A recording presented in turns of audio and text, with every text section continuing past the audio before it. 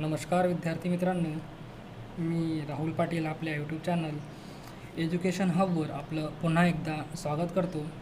मित्रांनो, आज आपण बघणार आहोत कंबाईनसाठी सर्वात जास्त इम्पॉर्टंट असलेला टॉपिक, तो म्हणजे सार्वजनिक वित्त.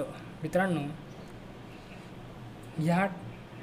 हा घटक बघत असताना आपल्याला हे जाणून घ्यावं लागेल की या घटकावर आयोग किती प्रश्न विचारत असते. ओके, तर आयोगाने आतापर्यंत जर आपण बघितलं तर या घटकावर साधारणतः 4 ते 6 प्रश्न आयोग हे विचारत असते. म्हणजे कंबाईन बी म्हणा किंवा कंबाईन सी म्हणा. जर आपण मागची एक्झाम बघितली मित्रांनो कंबाईनची, ओके, आता मागची म्हणजे कंबाईन बी 2019 ही जर आपण बघितली तर या घटकावर आयोगाने विचारलेले प्रश्न होते 5 प्रश्न. बघा मित्रांनो, किती प्रश्न, एकाच घटकावर आयोगाचे प्रश्न असतात 5. ओके, कंबाईन सी 2019ला जर आपण बघितलं तर आयोगाचे प्रश्न होते, विचारलेले प्रश्न होते 6 प्रश्न.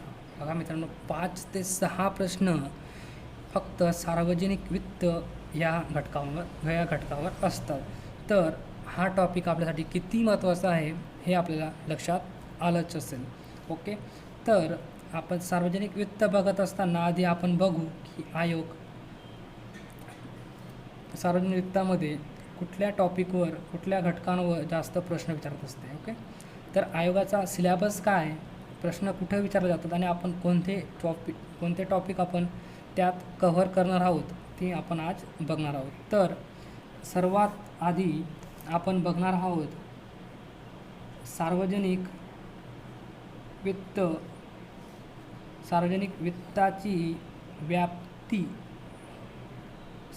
वित्ताची व्याप्ती कुठून तर कुठपर्यंत आहे, त्यात व्याप्तीमध्ये कोणकोणते घटक येतात. ओके, ते सर्व आपण सार्वजनिक वित्त व्याप्तीमध्ये आपण बघणार आहोत. ओके, दुसरं म्हणजे आपण बघणार आहोत राजकोषीय धोरणाचे आपण बघणार आहोत उद्दिष्टे. ओके, ज्या घटकांवर आयोग प्रश्न विचारते मित्रांनो, ते घटक आपण इथं कव्हर करणार आहोत. म्हणजे बऱ्यापैकी आपण सगळेच घटक कव्हर करणार, म्हणजे सगळेच महत्त्वाचे घटक आपण इथं कव्हर करणार आहोत. ओके, पुढे आपण बघणार आहोत यात अर्थसंकल्प, त्यात आपण महसुली आणि भांडवली अशा प्रकारे आपण त्यांना डिफरन्शिएट करणार आहोत. म्हणजे तुलनात्मक अभ्यास आपण यात करणार आहोत. ओके, टोटल आपण या व्हिडिओमध्ये आपण माहिती याविषयी आपण बघणार आहोत. पुढे आपण बघणार आहोत ते म्हणजे तूट संकल्पना. ओके, तूट संकल्पना बघत असताना आपल्याला बघावं लागेल तुटीमध्ये, त्यात आपण बघणार आहोत तुटीचे प्रकार बघू. ओके, त्यात आपल्याला बघावं लागेल कारणे, त्यात आपल्याला बघावं लागेल दुष्परिणाम काय असतात आणि स्रोत. ओके, आणि अजून एक घटक म्हणजे तो म्हणजे यावर नियंत्रणासाठी कुठल्या आपण उपाययोजना केल्या गेल्या पाहिजेत ते आपण बघणार आहोत. आपण नियंत्रणासाठी आणला तुटीवर नियंत्रणासाठी आणला आपण FRBM ॲक्ट. ओके, 2003 साली विजय केळकर समितीच्या शिफारशीनुसार. ओके, हा ॲक्ट आपण बघणार आहोत. पुढे NK सिंग कमिटी या संबंधित आपण बघणार आहोत. NK सिंग कमिटी आपण स्थापन केली होती, ती म्हणजे FRBM ॲक्ट 2003 या ॲक्टसाठी पुनर्विलोकन समिती ही 2016ची ती आपण बघणार आहोत यात. ओके. आणि काही महत्त्वाचे घटक म्हणजे कॅग किंवा काही महत्त्वाच्या समित्या असतील. ओके. अशा प्रकारचे घटक आपण यात कव्हर करणार आहोत. आणि जर करंट संबंधित जर बघितलं मित्रांनो, करंट संबंधित एक म्हणजे आपला असतो मागच्या वर्षीचा अर्थसंकल्प. ओके. अर्थसंकल्पामध्ये पण आपण काही घटक बघूयात. अर्थसंकल्पामध्ये काय तरतुदी असतील, काही नवीन योजना वगैरे असतील आणि महत्त्वाची आकडेवारी असते मित्रांनो. त्या आकडेवारीवर प्रश्न विचारले जात असतात. आणि आर्थिक पाहणी अहवाल. ओके. आर्थिक पाहणी अहवाल या संबंधित आकडेवारी. ओके. यावर आयोगाचा विशेष भर असतो.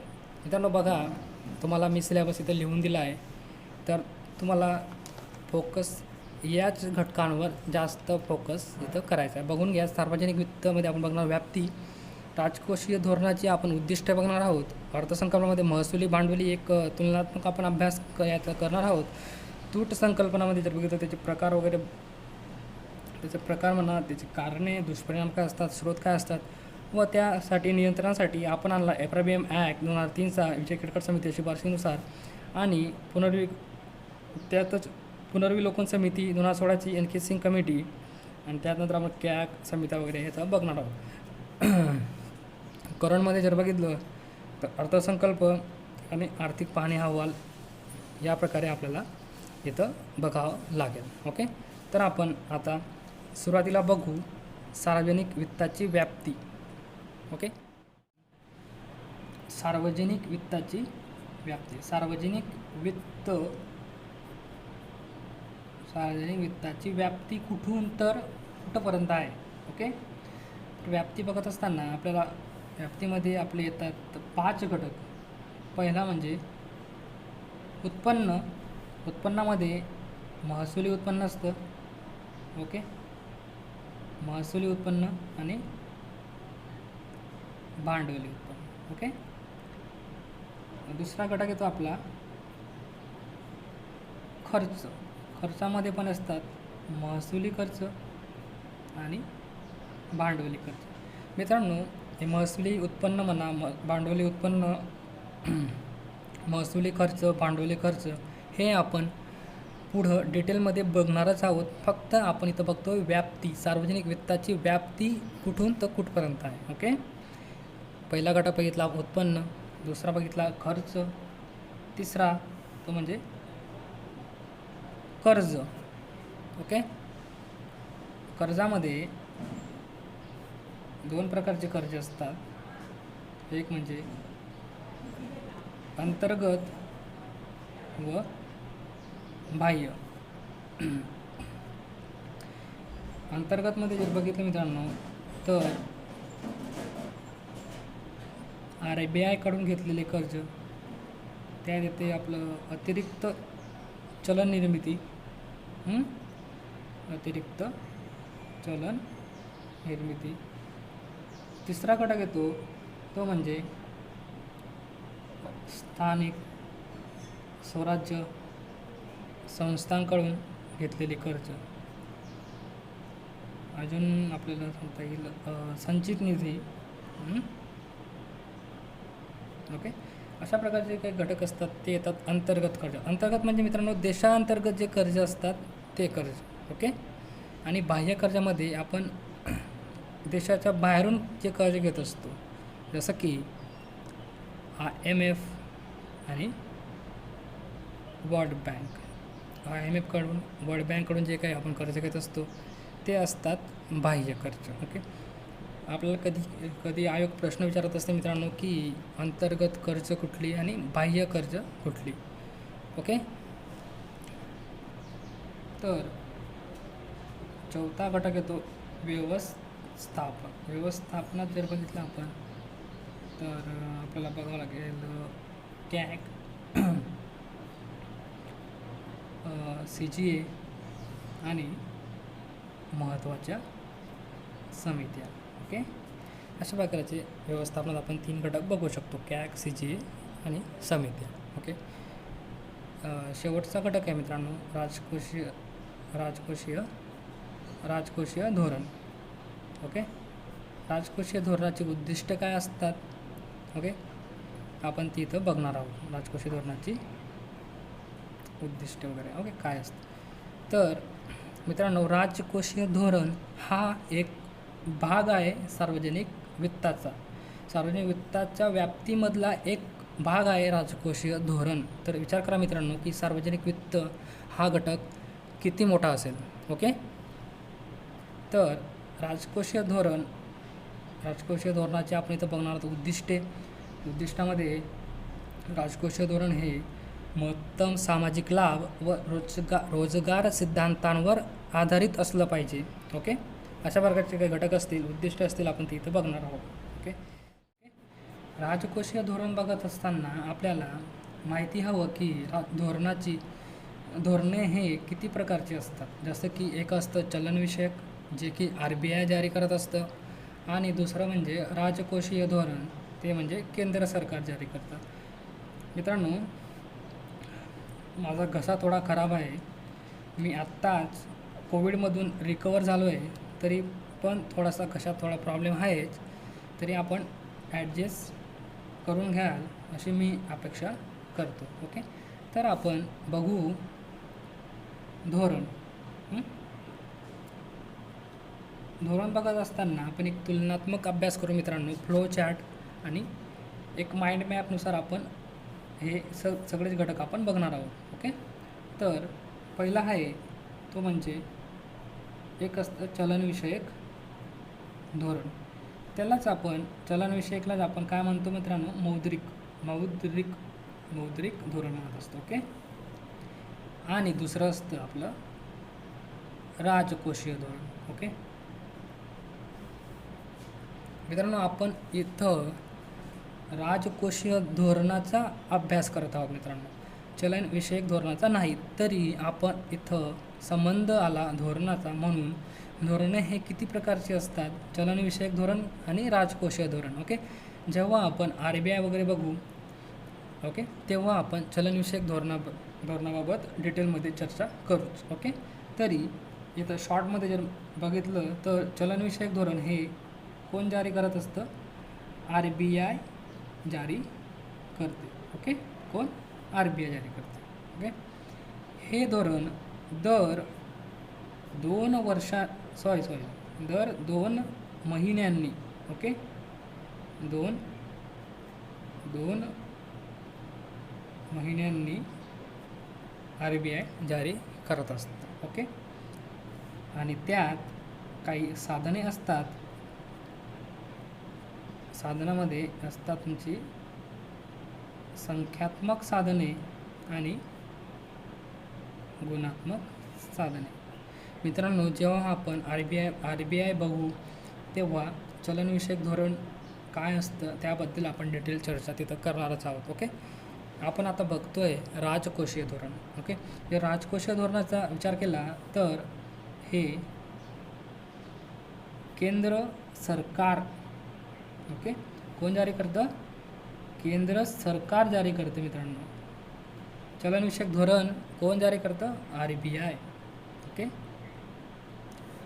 हे वर्षातून किती वेळा?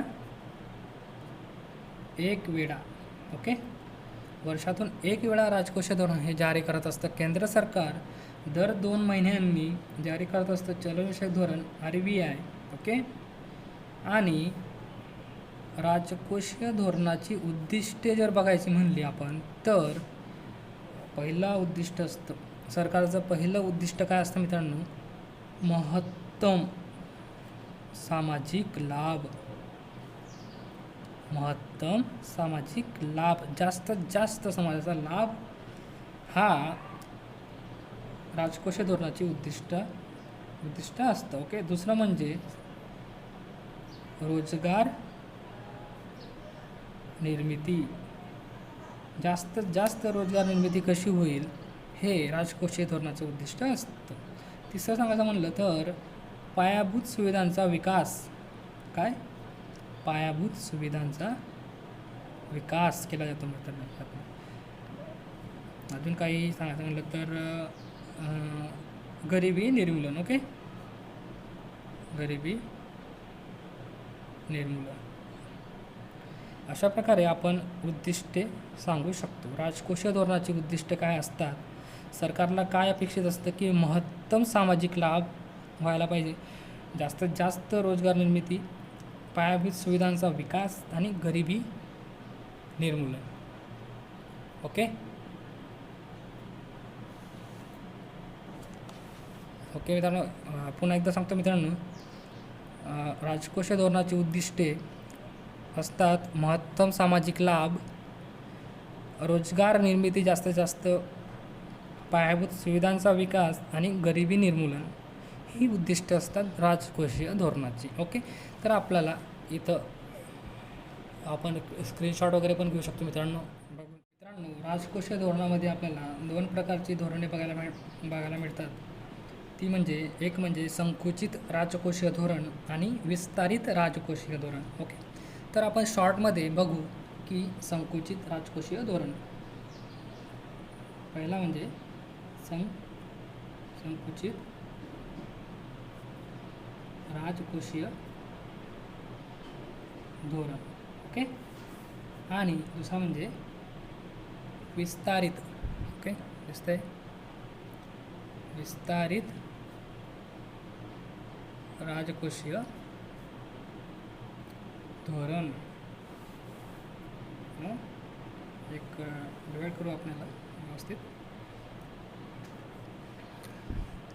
संकुचित राजकोषीय धोरण म्हणजे जेव्हा अर्थव्यवस्थेत पैसा तरलता जास्त असते. ओके, काय बोलू मित्रांनो, जेव्हा अर्थव्यवस्थेत काय जास्त असतो? पैसा जास्त असतो, तरलता जास्त असते. तरलता जास्त असते, पैसा जास्त असतो, तरलता जास्त असते, तेव्हा ती कमी करण्यासाठी, ओके, ती कमी करण्यासाठी सरकार संकुचित राजकोषीय धोरणाचा अवलंब करत असते. ओके, तर मग ही जी तरलता आहे, हा जो पैसा आहे, तरलता ही जास्त झालेली आहे, तरलता आहे अर्थव्यवस्थेत, ती कमी करण्यासाठी सरकार काय करत असतं? तर सरकार हे करांमध्ये काय करत असते? वाढ करत असते. काय? करांमध्ये वाढ करत असते. करांमध्ये वाढ केली तर असं काय घडतं की तरलता ही कमी होईल. काय? जेव्हा करांमध्ये वाढ होते तेव्हा वस्तू, सेवा यांच्या किमती ह्या वाढत असतात. वस्तू व सेवांच्या किमतीत वाढ होत असते. मग वस्तू व सेवांच्या किमतीत वाढ झाली तर लोकांची खरेदी शक्ती काय होत असते मित्रांनो? कमी होत असते. ओके, आणि लोकांची खरेदी शक्ती कमी झाली तर लोक वस्तू कमी खरेदी करतील. ओके, मागणीत घट होईल आणि चलनवाढीवर नियंत्रण होईल. ओके, लोकांची खरेदी शक्ती इथं कमी होईल. खरेदी शक्ती कमी झाल्यामुळे काय होईल? मागणीत घट निर्माण होईल आणि चलनवाढीवर काय होईल? नियंत्रण. ओके, अगदी सोप्या भाषेत समजवतो मित्रांनो, तुम्ही हा घटक कधीच विसरणार नाहीत. ओके, एकदाच व्हिडिओ बघा, आपल्या नोट्स काढून ठेवा आणि जेव्हा एक्झाम येईल तेव्हा रिव्हिजन करत राहा. ओके, मध्ये तुम्हाला कधी वाचायची गरज भासणार नाही. ओके. करांमध्ये वाढ, अर्थव्यवस्थेत तरलता ही जास्त असते, ती कमी करण्यासाठी करांमध्ये सरकार वाढ करत असतं. ओके. दुसरा घटक म्हणजे स्वस्त सार्वजनिक खर्चात कपात. ओके. सार्वजनिक खर्चात कपात, सार्वजनिक खर्चात कपात. दुसरा घटक काय असतो? सार्वजनिक खर्चात कपात. सार्वजनिक खर्चात कपात केली असता अर्थव्यवस्थेतील जो काही पैसा असतो, म्हणजे अर्थव्यवस्थेत जाणारा जो पैसा असतो, अर्थव्यवस्थेतील जाणारा किंवा अर्थव्यवस्थेत येणारा पैसा जो असतो, येणारा पैसा हा काय होतो? हा कमी होतो. अर्थव्यवस्थेत येणारा पैसा हा काय होतो? कमी होतो. त्याने काय होतं मित्रांनो? लोकांची खरेदी शक्ती, म्हणजे लोकांकडे पैसाच नसेल मित्रांनो तर लोक काय खरेदी करणार? ओके. मग लोकांची खरेदी शक्ती काय होईल? कमी होईल. लोकांची खरेदी शक्ती कमी झाली तर मागणीत घट निर्माण होईल. मागणीत घट निर्माण झाली तर सरकार जी काही तरलता असेल अर्थव्यवस्थेत, जास्त झालेली तरलता म्हणजे महागाई जी असेल ती महागाई सरकार इथं कमी करू शकतं. ओके. समजलं?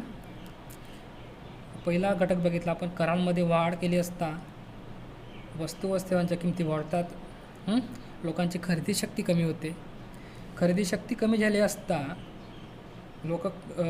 ती वस्तू खरेदी शक्ती कमी झाल्यामुळे मागणीत घट होते. ओके. आणि हे चलनवाढीवर नियंत्रण प्रस्थापित करते. ओके. सार्वजनिक खर्चात कपात केली असता अर्थव्यवस्थेतील येणारा पैसा हा कमी होत असतो, खरेदी शक्ती कमी होत असते. लोकांची खरेदी शक्ती कमी झाली म्हणजे मागणीत घट होते आणि चलनवाढीवर नियंत्रण होत असते. ओके. तिसरा घटक जर बघितला मित्रांनो आपण तर तो म्हणजे सरकार शिलकीचा अर्थसंकल्प मांडत असते. कोणता? शिलकीचा. ओके. शिलकीचा अर्थसंकल्प मांडत असताना शिलकीचा अर्थसंकल्प म्हणजे मित्रांनो की उत्पन्न जास्त खर्च कमी. काय म्हणलो मी? उत्पन्न काय? जास्त. उत्पन्न जास्त आहे पण खर्च कसा आहे? उत्पन्नापेक्षा खर्च हा कमी आहे. ओके. उत्पन्न जास्त पण खर्च कमी. यामुळे काय होतं मित्रांनो? शिलकीचे अर्थसंकल्प मांडल्याने अर्थव्यवस्थेत पैसा हा कमी जात असतो. ओके. यामुळे अर्थव्यवस्थेत कमी पैसा जातो. अर्थव्यवस्थेतील पैसा कमी झाला की वस्तू व सेवांच्या मागणीत काय होते? घट होते. ओके. आणि घट झाली की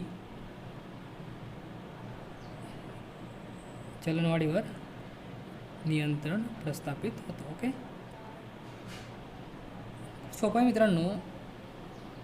करांमध्ये वाढ झाली, सार्वजनिक खर्चात कपात केली आणि शिलकीचा अर्थसंकल्प आपण इथं मांडला.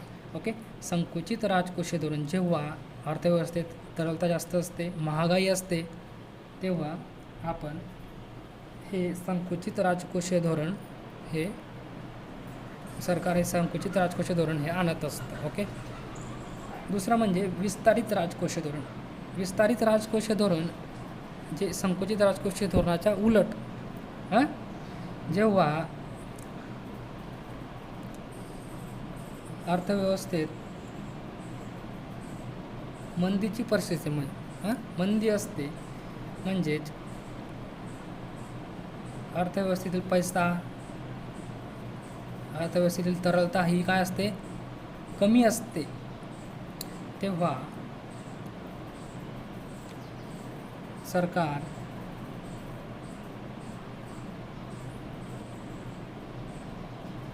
अर्थव्यवस्थेतील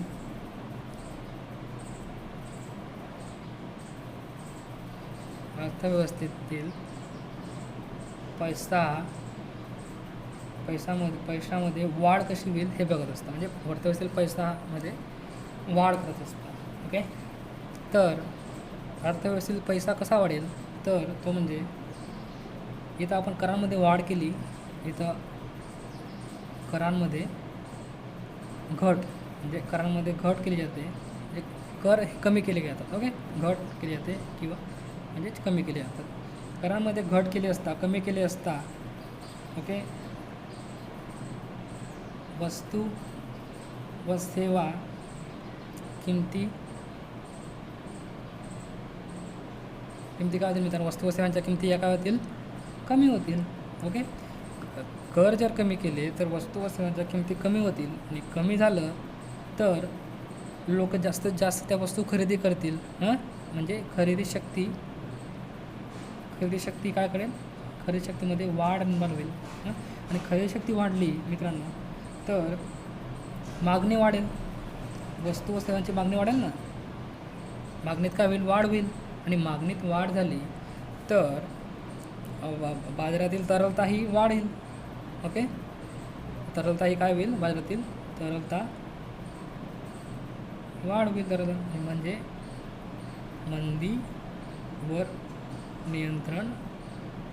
मंदीवर आपल्याला काय येईल, नियंत्रण आणता येईल. ओके, म्हणजे याने आपल्याला मंदी कमी करता येईल, म्हणजे भारत पैसा ओतून ही मंदी कमी करता येऊ शकते. ओके, दुसरा घटक म्हणजे तो म्हणजे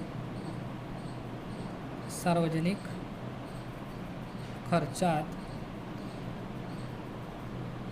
खर्चात वाढ. मित्रांनो, जेव्हा बाजारातील पैसा कमी असतो, तरलता कमी असते, जेव्हा मंदीची परिस्थिती निर्माण होत असते, तेव्हा सरकार सार्वजनिक खर्चात वाढ करत असते. ओके, सार्वजनिक खर्चात वाढ केली असता अर्थव्यवस्थेत जो पैसा असेल, येणारा पैसा हा काय होईल, वाढेल. ओके, आणि अर्थव्यवस्थेत पैसा वाढला, लोकांकडे जर पैसा आला तर लोकांची खरेदी शक्ती वाढेल, लोकांची खरेदी शक्तीमध्ये काय होईल, वाढ निर्माण होईल. आणि खरेदी शक्ती वाढली तर मागणी वाढेल, आणि मागणीमध्ये वाढ झाली तर आपल्याला मंदी दूर करता येईल. ओके, मंदी दूर करता येईल, म्हणजे मंदीवर नियंत्रण आणता येईल आपल्याला. ओके, आणि तिसरा घटक म्हणजे तुटीचा अर्थसंकल्प. ओके, तुटीचा अर्थसंकल्प मांडत असेल. विस्तारित राजकोषीय धोरणात सरकार तुटीचा अर्थसंकल्प मांडत असेल. मित्रांनो, प्रश्न येऊन गेले आहेत यावर. विस्तारित राजकोषीय धोरण म्हणजे काय, संकुचित राजकोषीय धोरण. संकुचित राजकोषीय धोरणामध्ये कोणकोणते उपाययोजना केल्या जातात. ओके, विस्तारित राजकोषीय धोरणामध्ये कोणकोणत्या उपाययोजना केल्या जातात यावर प्रश्न विचारले गेले मित्रांनो. ठीक आहे, व्यवस्थित लक्ष द्या, आपल्या नोट्स काढून ठेवा. ओके, तुटीचा अर्थसंकल्प बघत असताना तर इथं उत्पन्न काय असं सरकारचं उत्पन्न कमी. ओके, आपण थोडंसं चूक करू याला. सरकारचं उत्पन्न कमी पण खर्च हा कसा असतो, जास्त असतो. ओके, उत्पन्न कमी खर्च जास्त, मग काय, तुटीचा अर्थसंकल्प. इथं काय बघितलं आपण, शिल्कीचा अर्थसंकल्प. शिल्कीचा म्हणजे उत्पन्न जास्त पण खर्च कमी, इथं उत्पन्न कमी खर्च जास्त. ओके, यामुळे काय होतं मित्रांनो, अर्थव्यवस्थेत पैसा जास्त जात असतो. अर्थव्यवस्थेत जास्त पैसा, लोकांकडे जास्त पैसा येतो. लोकांकडे पैसा आला म्हणजे मागणीत वाढ होते, आणि मागणी वाढली तर आपोआपच मंदी ही दूर होत असते. मंदी काय होईल, इथं मंदी दूर होईल. ओके, दिसतं मित्रांनो. ओके, बघून घ्या व्यवस्थित, स्क्रीनशॉट वगैरे घ्या. मित्रांनो, आता आपण बघू अर्थसंकल्प. त्यात आपण बघू महसुली व भांडवली, त्यातला आपण फरक बघणार आहोत. ओके, तर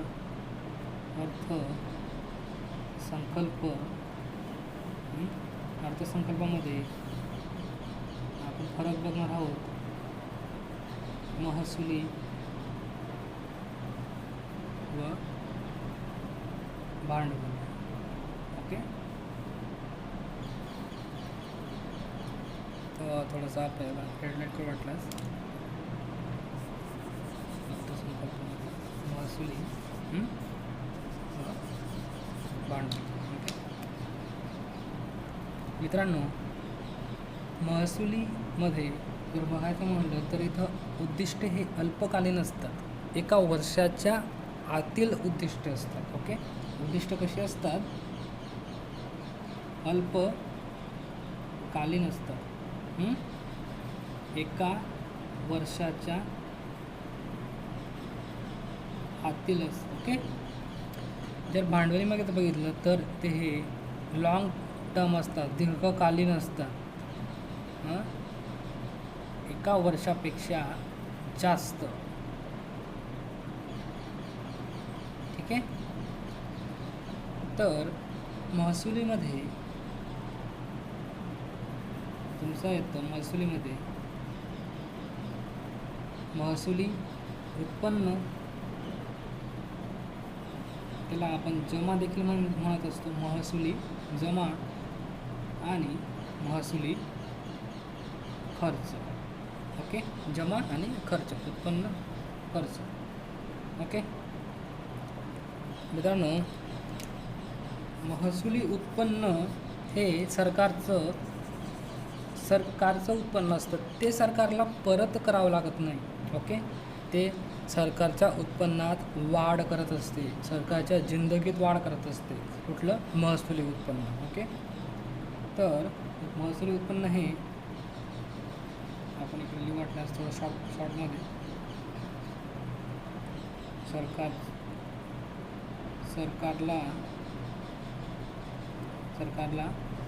परत करावे लागत नाही. हे उत्पन्न सरकारला परत करावे लागत नाही. ओके, सरकारचा उत्पन्नात वाढ करतात. महसुली उत्पन्नामध्ये सरकार उत्पन्नात वाढ करतात. ओके, सरकारच्या उत्पन्नात म्हणा, सरकारच्या संपत्तीत वाढ करतात, सरकारच्या जिंदगीत वाढ करत असतात. ओके, ठीक आहे. तर उत्पन्नामध्ये जर बघितलं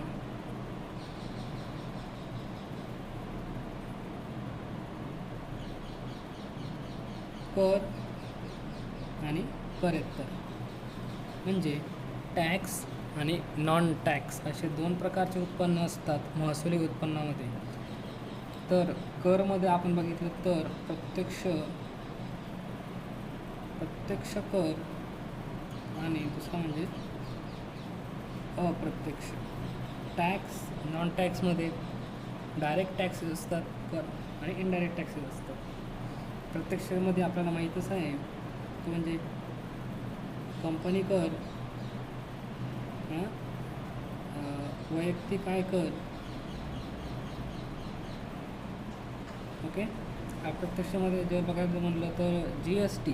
ओके, GST कर तर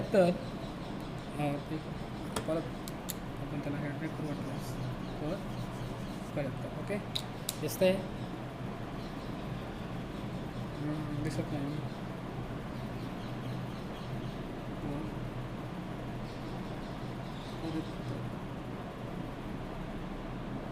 ओके, तर महसुली उत्पन्नामध्ये आपण बघितलं कर, तर टॅक्स, नॉन टॅक्स. टॅक्समध्ये बघितलं प्रत्यक्ष, अप्रत्यक्ष. प्रत्यक्ष करामध्ये बघितलं कंपनी कर, व्यक्ती काय करतात, अप्रत्यक्षमध्ये GST येतो. ठीक आहे मित्रांनो, भारतीय कर प्रणालीवर आपण एक सेपरेट व्हिडिओ बनवला आहे, तो तुम्ही बघू शकता. अशाच प्रकारे आपण माइंड मॅपनुसार एक डिफरन्शिएशन फरक वगैरे पण तिथं सांगितलं आहे. ओके. तर कर आणि करेत्तरमध्ये काय येतं, तर करेत्तरमध्ये येतो सर्वप्रथम नफा लाभांश. ओके. काय नफा व लाभांश. दुसरा येतं तुम्हाला सरकारला काय व्याज मिळाले. तिसरं येतं अनुदाने मिळाली. मित्रांनो, व्याज मिळाले, अनुदाने मिळाली हे काय जमा होते. मिळाले म्हणजे काय जमा, आणि दिले म्हणजे काय खर्च. खूप सोपं आहे मित्रांनो, अगदी सोपं आहे. व्याज मिळाले, अनुदाने मिळाली म्हणजे काय सरकारची जमा झाली, महसुली जमा झाली. आणि दिले म्हणजे काय खर्च, म्हणजे व्याज दिले, अनुदाने दिली, हे काय झाली आपली खर्च झाली. ओके. यात अजून काय सांगता येईल की स्पेक्ट्रम लिलावापासून मिळालेले उत्पन्न. कोणते स्पेक्ट्रम लिलावापासून मिळालेले उत्पन्न. ओके. 5 म्हणजे राजकोषीय सेवांपासून मिळाले उत्पन्न. राजकोषीय सेवांपासून मिळालेले उत्पन्न. ओके. आणि 6वं सांगता येईल आपल्याला दंड शुल्क हे उत्पन्न असतात मित्रांनो. हे करेत्तरमध्ये असतात, म्हणजे जे टॅक्समध्ये येत नाही, करमध्ये येत नाही, ते येतात करेत्तरमध्ये. ओके.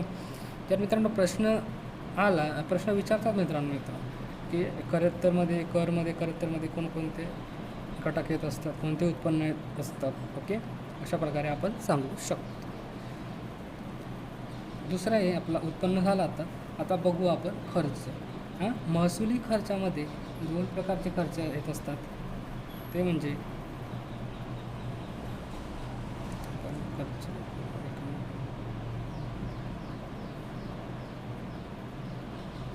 खर्चामध्ये योजना आणि गैरयोजना खर्च. काय योजना गैरयोजना दिसतंय. योजना आणि गैरयोजना. योजना गैरयोजना खर्च.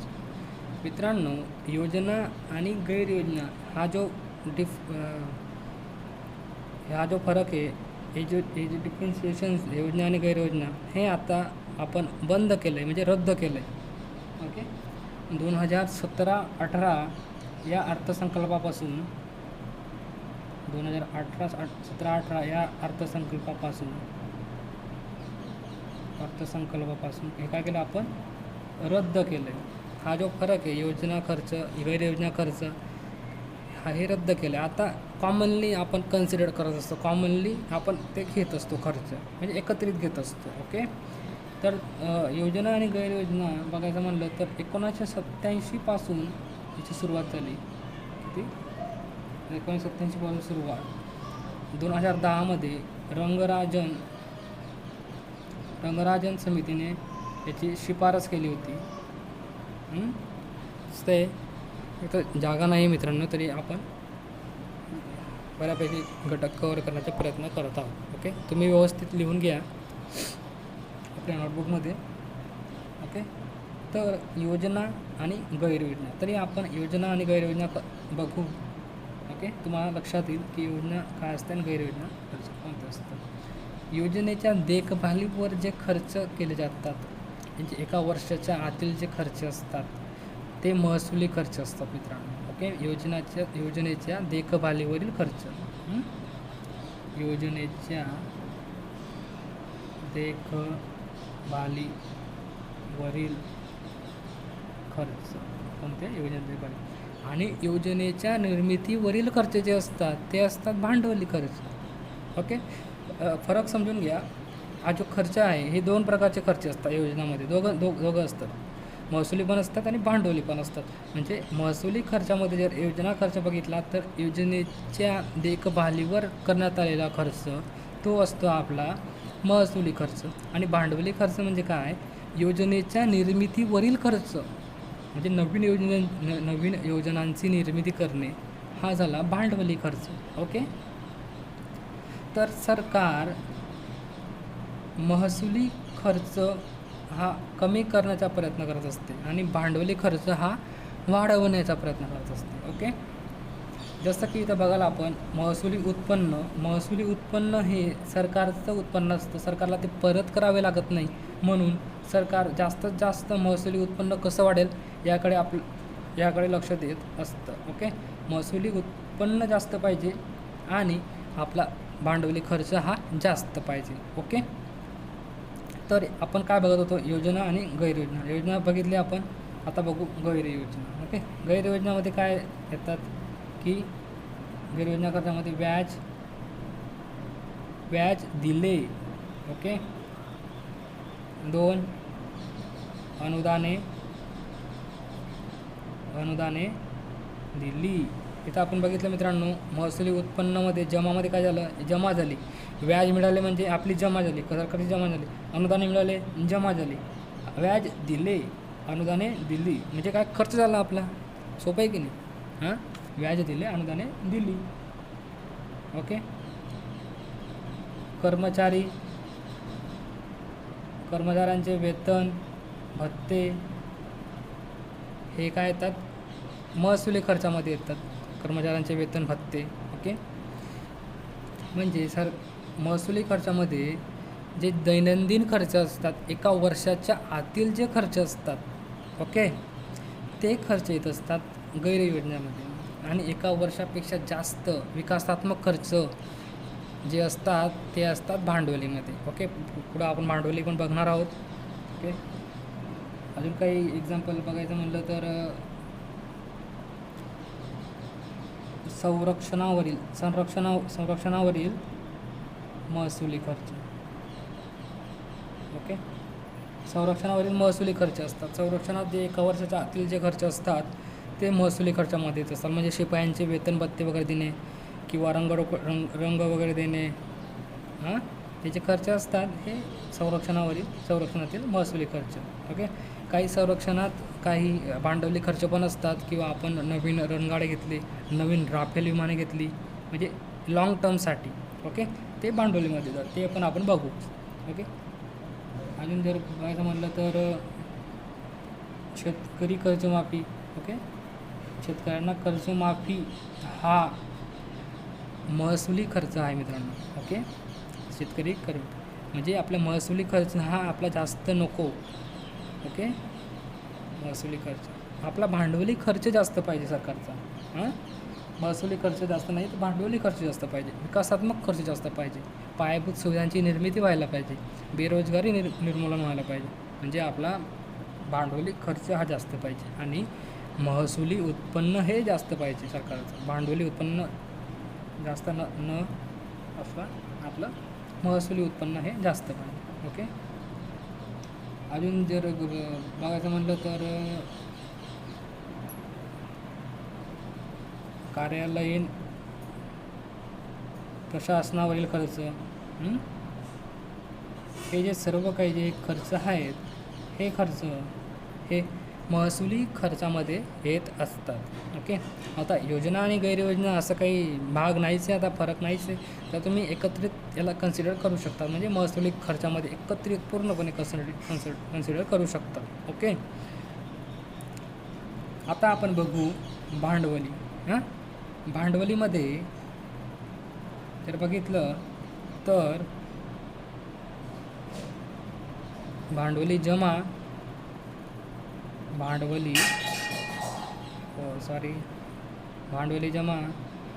आणि भांडवली खर्च. ओके. आपण याला थोडंसं हेडलाईट करू मस्तपैकी, जमा आणि खर्च.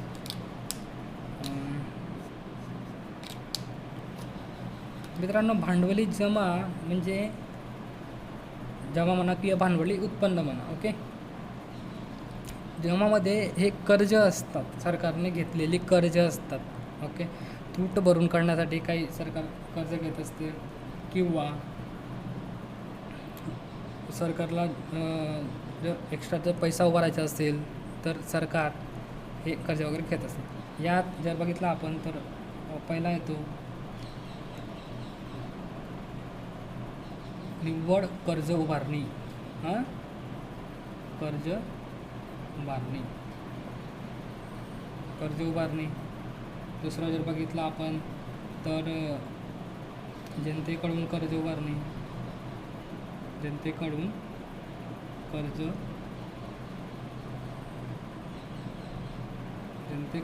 उभारणी. ओके, दिसतंय. तिसरं जर बघितलं तर कर्जाची वसुली.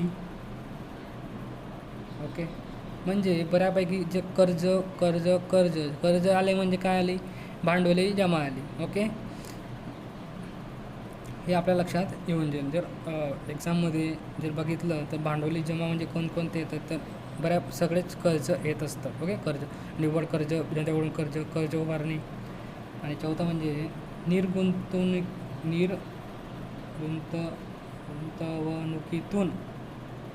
निर्गुंतवणुकीतून प्राप्त झालेला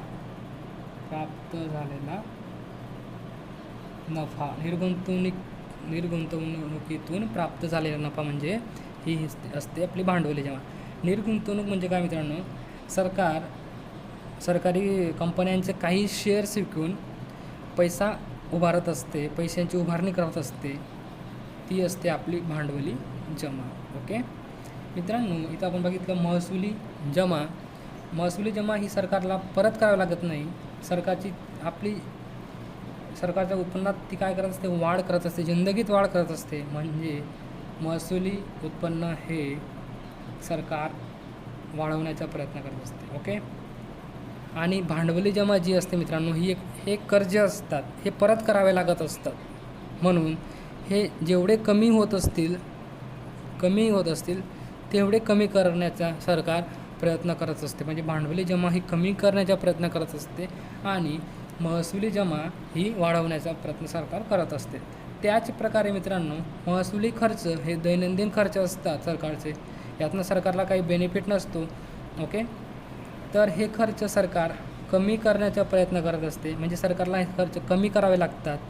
आणि हे जे भांडवली खर्च असतात, भांडवली खर्च असतात, हे विकासात्मक खर्च असतात. कसे असतात, लॉंग टर्मसाठी असतात, विकासात्मक असतात. ओके, म्हणून सरकार भांडवली खर्चावर जास्तीत जास्त फोकस करत असते, जास्तीत जास्त खर्च करत असते. ओके, यात आपण जर बघितलं खर्चामध्ये यात येत असतात योजना खर्च. ओके, आणि गैरयोजना खर्च. आता हे बंद झालं मित्रांनो. आपण आता बघितलं मग अशीच 2017-18 अर्थसंकल्पापासून योजना गैरयोजना हा जो फरक आहे हा बंद करण्यात आला. ओके, योजना आणि गैरयोजना योजना गैरयोजना हा बंद करण्यात आला. ओके, तर आपण आत्ताच बघितलं की योजनेच्या निर्मितीवरील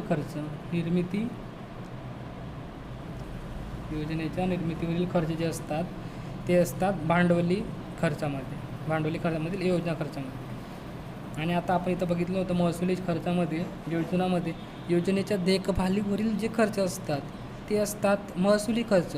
आणि योजनेच्या निर्मितीवरील जे खर्च असतात ते खर्च असतात भांडवली खर्च. हे दीर्घकालीन असतात मित्रांनो, एका वर्षापेक्षा जास्त काळासाठी असतात. ओके, आता गैरयोजनामध्ये जर बघितलं आपण तर गैरयोजनामध्ये कर्ज परतफेड, कर्जाची परतफेड देणे, कर्ज देणे. तिसरं म्हणजे संरक्षणावरील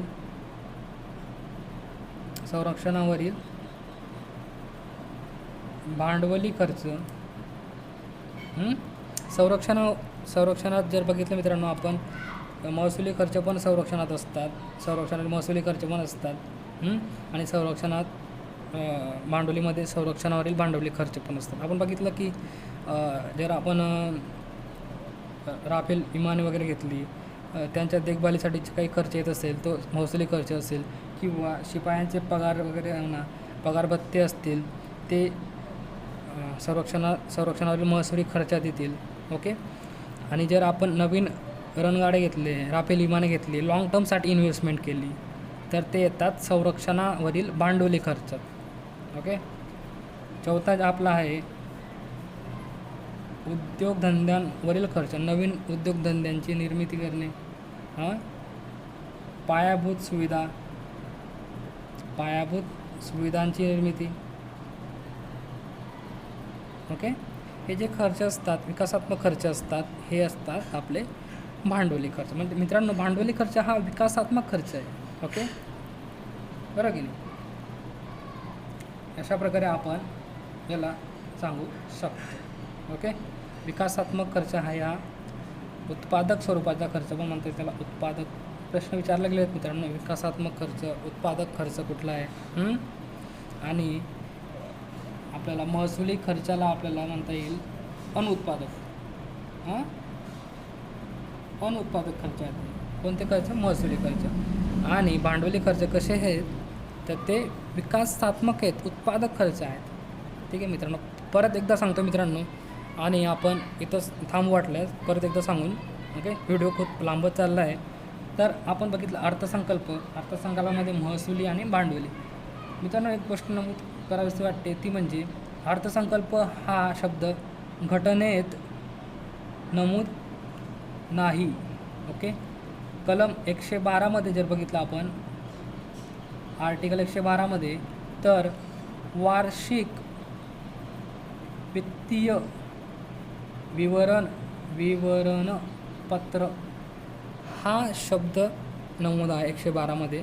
तर अर्थसंकल्प हा शब्द आपल्याला आढळून येत नाही आपल्या राज्यघटनेत. ओके. ही बाब लक्षात असू द्या. ठीक आहे.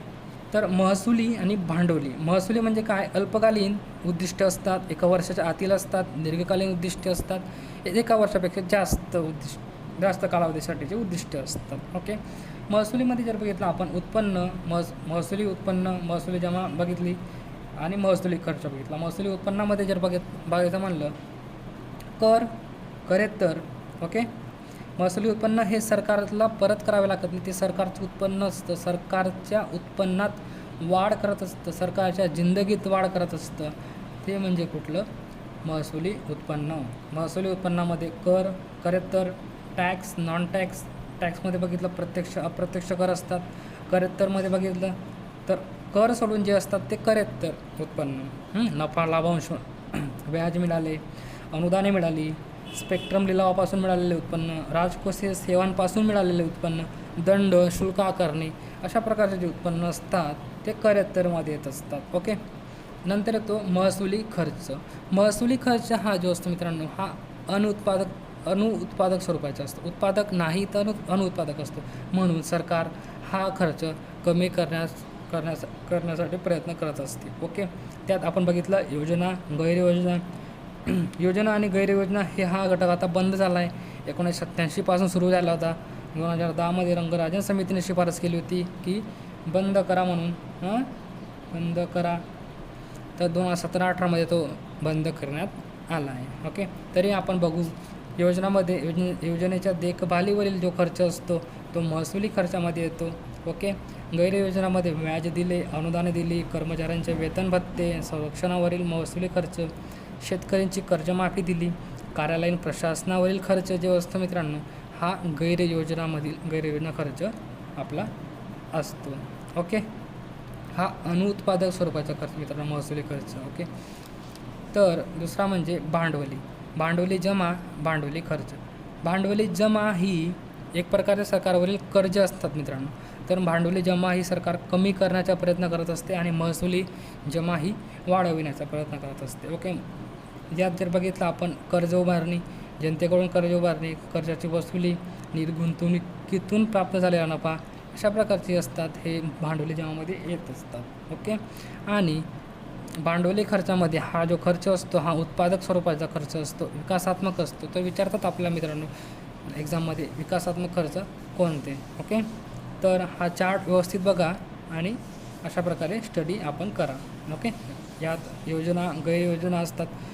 योजनेच्या निर्मितीवरील खर्च, गैरयोजनामध्ये कर्जाची परतफेड करणे, कर्ज देणे, संरक्षणावरील भांडवली खर्च म्हणा, उद्योगधंद्याचा विकास म्हणा, निर्मिती म्हणा, पायाभूत सुविधांचा विकास, अशा प्रकारचे खर्च जे असतात ते भांडवली खर्चामध्ये येतात. ओके. तर यापुढील जो राहिलेला जो घटक असेल मित्रांनो, जे काही राहिले टॉपिक असतील यातले या सार्वजनिक वित्तामधले, जसं की तूट म्हणा, तूट संकल्प म्हणा, अर्थसंकल्पाचे टाईप्स म्हणा, असं आपण ते पुढच्या व्हिडिओमध्ये कवर करू.